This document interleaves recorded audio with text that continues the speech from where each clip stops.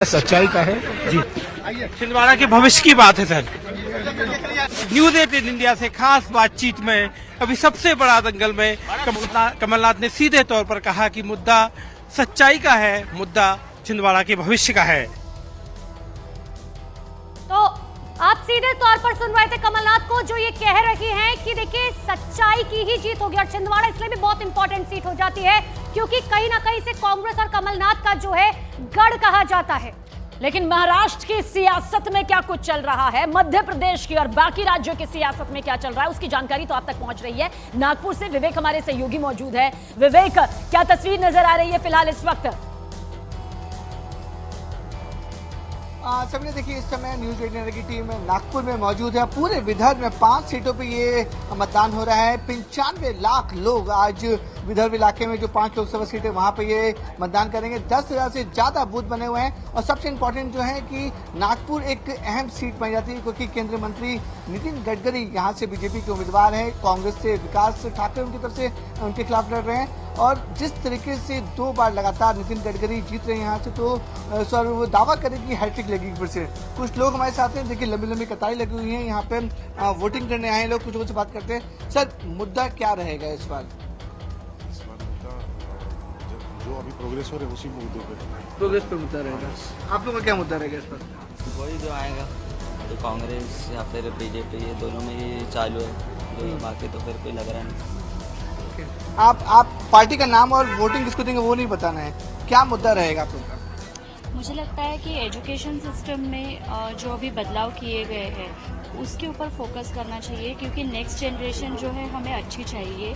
और देश की प्रगति तभी हो सकती है जब नेक्स्ट जनरेशन सुशिक्षित रहे और अवेयर रहे। ओके। नागपुर में बहुत गर्मी पड़ती है। 1-1.5 बजे के आसपास टेम्परेचर 45-46 डिग्री चला जाएगा। अमूमन लोग उस समय लोग घर से बाहर निकलते नहीं कि बहुत गर्मी पड़ती है। लोगों से क्या अपील करेंगे आप? मैं खुद नंदुरबार से नागपुर वोट करने के लिए आई हूँ।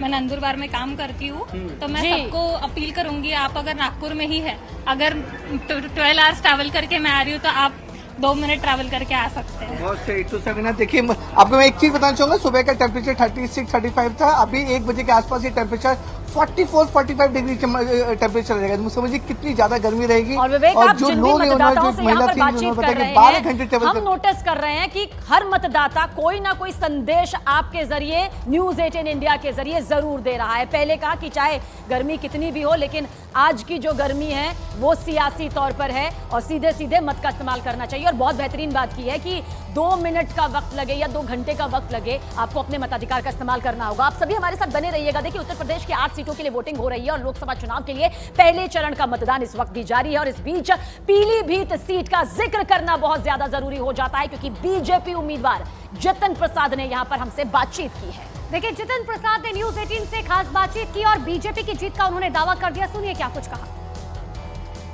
देखिए हमारे साथ जितिन प्रसाद जी हैं जो पीलीभीत से चुनाव लड़ रहे हैं। जितिन प्रसाद जी, भारतीय जनता पार्टी में जब से आप आए हैं, डायरेक्ट ये पहला चुनाव आपका है, क्या आपको लग रहा है क्योंकि वरुण गांधी और मेनका गांधी सहयोग नहीं कर रहे हैं, इस तरह की खबरें हैं? ऐसा है, हम सब लोग पार्टी के अनुशासित कार्यकर्ता हैं। जो पार्टी का निर्देश होता है उसका पालन किया जा रहा है। ये पीलीभीत के चुनाव पार्टी लड़ रही है, एक कार्यकर्ता लड़ रहा है, नेतृत्व के पूरा आशीर्वाद है और आप देखिएगा यहाँ पे ऐतिहासिक विजय होगी। तो आप कह रहे थे कि ये चुनाव मोदी लड़ रहे हैं, आपने कई आपके भाषण सुने मैंने, आप कह रहे थे कि वो लड़ रहे हैं। सवाल सिर्फ इतना है कि जो ये सीट परंपरागत रूप से आपके लिए, आपका घर भी यहीं बगल में, कोई दूर नहीं, लेकिन जो बीएसपी के लोग हैं वो कह रहे हैं दोनों प्रत्याशी बाहर के लोग हैं, यहाँ के लोग नहीं। छोड़िए साहब, मैंने बताया ना, ये मुद्दा विहीन है। प्रधानमंत्री नरेंद्र मोदी जी के नेतृत्व में जो चुनाव लड़ा जा रहा है और हम लोगों का सौभाग्य है उनके सानिध्य में काम करने का अवसर मिल रहा है और जनता का आशीर्वाद मिल रहा है। तो दिल्ली की तरफ भी जाएंगे अब चुनाव जीतने के बाद? कहा जा रहा है कि उत्तर प्रदेश से अब जितिन प्रसाद की जरूरत दिल्ली में है।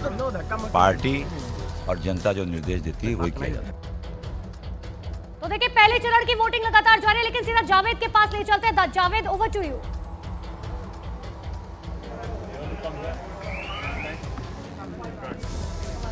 जावेद, आवाज पहुंच रही है आपके पास? जावेद आपके पास आवाज पहुंच रही है। इकरा हसन के साथ मौजूद है, एक बार बात कीजिए जावेद।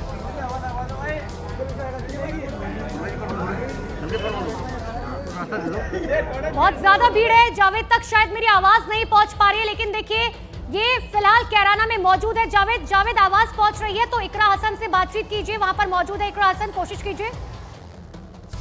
देखिए, इकरा हसन ने अपना वोट कास्ट किया है, जैन धर्मशाला में उन्होंने वोट डाल दिया है। अभी न्यूज़ 18 इंडिया के साथ वो अगले कुछ मिनटों में वो जुड़ेंगे, उनसे बात करने की कोशिश करते हैं। अभी वो हम दिखाएंगे, उनकी बातचीत सुनाएंगे। अभी आप देखिए, तस्वीर देखिए आप, इकरा हैं यहाँ पर अभी मौजूद हैं।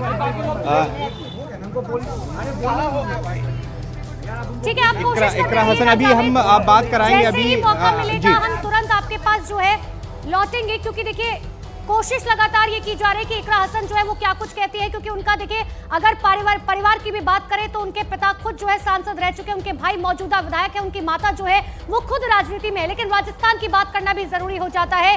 राजस्थान के जयपुर में बीजेपी नेता सतीश पुनिया ने मतदान के बाद दावा किया है। देखिए, राजस्थान की 12 सीटों के लिए इस वक्त मतदान जारी है और देश में प्रधानमंत्री नरेंद्र मोदी और राम की लहर है, ये उनका कहना है। राजस्थान और हरियाणा में बीजेपी सभी सीटों पर जीत हासिल करेगी, ये बड़ा दावा भी उनके जरिए किया गया। बीजेपी नेता सतीश पुनिया हमारे साथ हैं, अभी तक वोट देकर बाहर निकले हैं। वोट ये देखिए, क्या उंगली का निशान देखिए, बस पोलिंग बूथ से वोट लेकर निकले ही हैं। वोट दिया ये आपका वोट किस नाम पर है? हम पार्टी की बात नहीं कर रहे हैं। देखिए, ये वोट स्थायित्व के नाम पे है, ये वोट विजन के नाम पे है, ये वोट देश के बुनियादी विकास के नाम पर है, ये वोट देश के वैचारिक मुद्दों के समाधान पर है। कुल मिलाकर ये मेरिट का वोट है और देश की लोकतंत्र की ताकत बढ़ाने वाला है। राजस्थान में क्या देख रहे हैं, कितनी सीटें आपकी बार उम्मीद कर रहे हैं?